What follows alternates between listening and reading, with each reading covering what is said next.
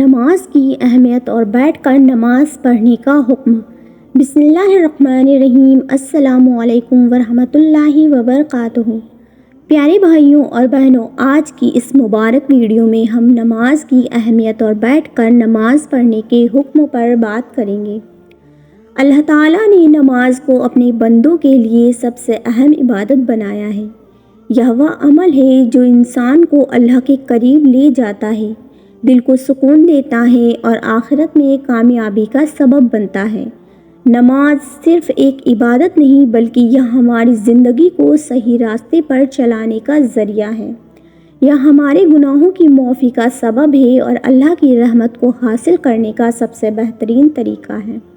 آج کی اس ویڈیو میں ہم یہ بھی جانیں گے کہ جو لوگ کھڑے ہو کر نماز نہیں پڑھ سکتے وہ کس طرح بیٹھ کر نماز ادا کر سکتے ہیں اور اس کا صحیح طریقہ کیا ہے۔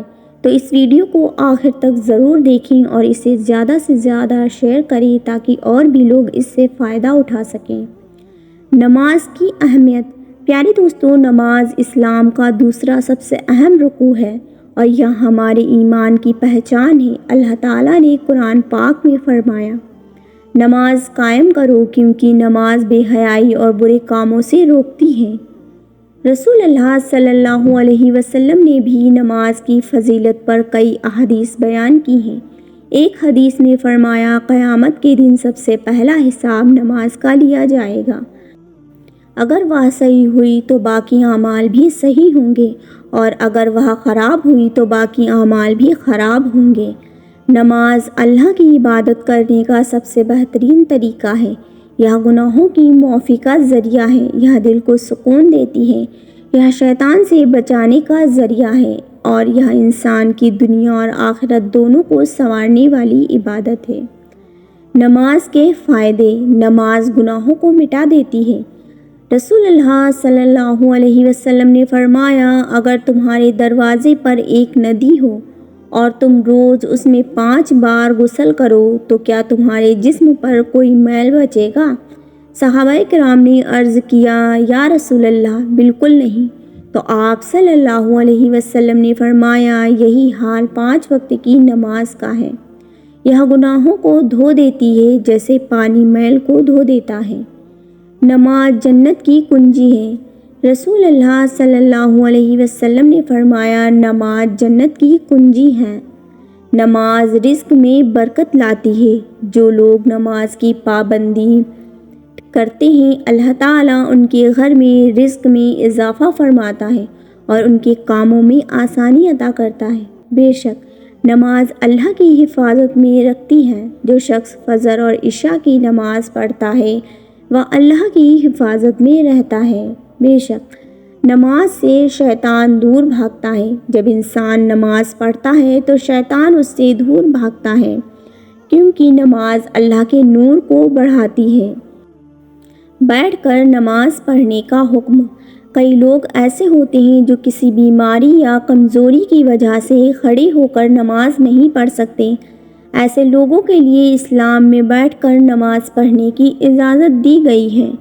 حضرت محمد مصطفیٰ صلی اللہ علیہ وسلم نے فرمایا، کھڑے ہو کر نماز پڑھو، اگر نہ کر سکو تو بیٹھ کر اور اگر یہ بھی نہ کر سکو تو لیٹ کر نماز پڑھو۔ بخاری شریف۔ بیٹھ کر نماز پڑھنے کے اصول۔ اگر کوئی شخص کھڑے ہونے پر قادر نہیں ہے تو وہ بیٹھ کر نماز ادا کر سکتا ہے۔ اگر بیٹھنے میں بھی تکلیف ہو تو وہ لیٹ کر اشارے سے نماز پڑھ سکتا ہے۔ بیٹھ کر نماز پڑھنے کا صحیح طریقہ یہ ہے کہ انسان زمین پر بیٹھ کر رکوع اور سجدہ کرے۔ اگر کوئی سجدہ نہیں کر سکتا تو وہ سر کو جھکا کر اشارے سے رکوع اور سجدہ کر سکتا ہے۔ اگر کوئی زمین پر بیٹھ نہیں سکتا ہے تو وہ کرسی پر بیٹھ کر نماز پڑھ سکتا ہے، لیکن اس کا صحیح طریقہ یہ ہے کہ رکوع اور سجدے میں سر کو جھکایا جائے۔ کرسی پر نماز پڑھنے کے اصول۔ جو لوگ کھڑے ہو کر نماز پڑھنے میں اسمرتھ ہیں یا نہیں پڑھ سکتے یا انہیں کسی چیز کی پرابلم ہے وہ کرسی پر بیٹھ کر نماز پڑھ سکتے ہیں۔ رکوع اور سجدہ کرنے کے لیے سر کو جھکانا ضروری ہے۔ کچھ لوگ رکوع میں ہاتھوں کو جانگھوں پر رکھتے ہیں لیکن سجدے میں انہیں ہوا میں اٹھا لیتے ہیں۔ یہ طریقہ غلط ہے۔ سجدے میں سر کو ادھک جھکانا ہی اصلی فرق ہے۔